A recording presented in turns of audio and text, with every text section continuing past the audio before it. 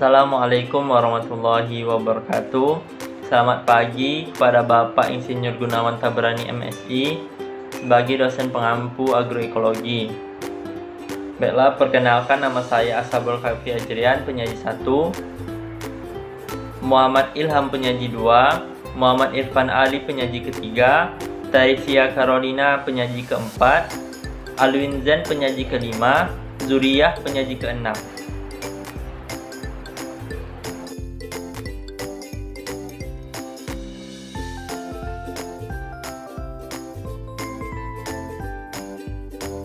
Baiklah, yang pertama kita akan membahas tentang perkebunan.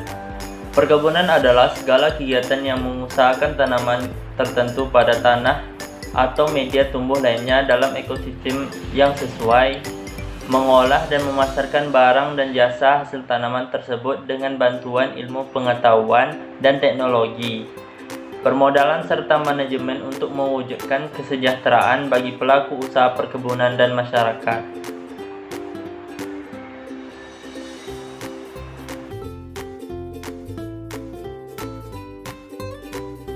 Perkebunan dibedakan dari agroforestry dan silviculture atau budidaya hutan karena sifat intensifnya. Dalam perkebunan, pemeliharaan memegang peranan penting, sementara dalam agroforestry dan silviculture, tanaman cenderung dibiarkan untuk tumbuh sesuai kondisi alam. Assalamualaikum warahmatullahi wabarakatuh. Perkenalkan, nama saya Muhammad Ilham dengan NIM 1706122980. Di sini saya akan menjelaskan mengenai perkebunan tropika dan subtropika. Di daerah tropika dan subtropika, perkebunan mencakup komoditas tanaman semusim maupun tahunan. Berikut adalah daftar komoditas perkebunan menurut produknya. Sekian, terima kasih. Assalamualaikum warahmatullahi wabarakatuh. Nama saya Muhammad Irfan Ali, NIM 2006111563. Jelas saya ingin jelaskan mengenai materi tanaman industri semusim. Jadi tanaman industri semusim adalah tanaman yang hanya mampu tumbuh selama semusim pada tahun tersebut, atau tanaman tahunan yang biasa dipanen cepat sebelum musim berakhir. Jenis tanaman perkebunan semusim tidaklah sebanyak tanaman perkebunan tahunan. Contoh dari tanaman industri semusim yaitu ada serat ganja dari tanaman jenis Cannabis sativa, kemudian serat kapas dari beberapa spesies kapas atau Gossypium spp, kemudian dari serat kenaf dari batang Hibiscus subdariva, kemudian ada serat sisal dihasilkan dari daun tanaman sisal atau Agape sisalana. Selanjutnya ada serbuk indigo dihasilkan dari tanaman tarum atau Indigofera tensoria.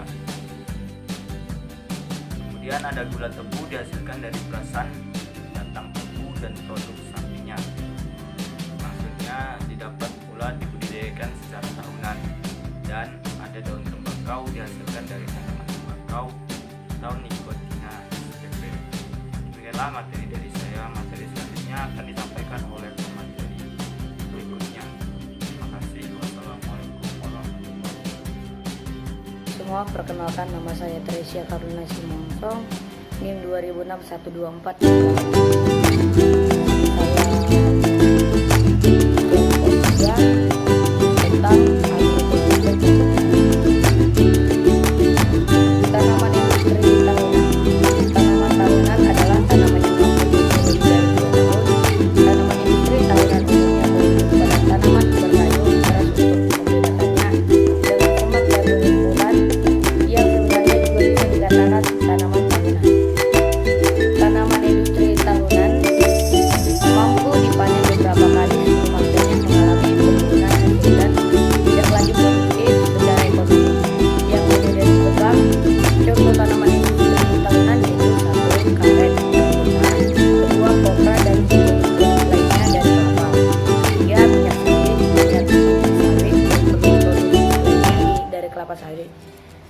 Keempat, kulit dan batang kina dihasilkan oleh beberapa jenis. 5. Biji dan bubuk kopi dihasilkan dari kebun. Sekian dan terima kasih. Terdapat pula produk tanaman industri tahunan lain yang ditanam dengan skala kecil dan kurang intensif. tetapi dikumpulkan lalu diolah sebagai produk perkebunan. Komoditas ini biasanya merupakan perkebunan rakyat. Berikut beberapa di antaranya.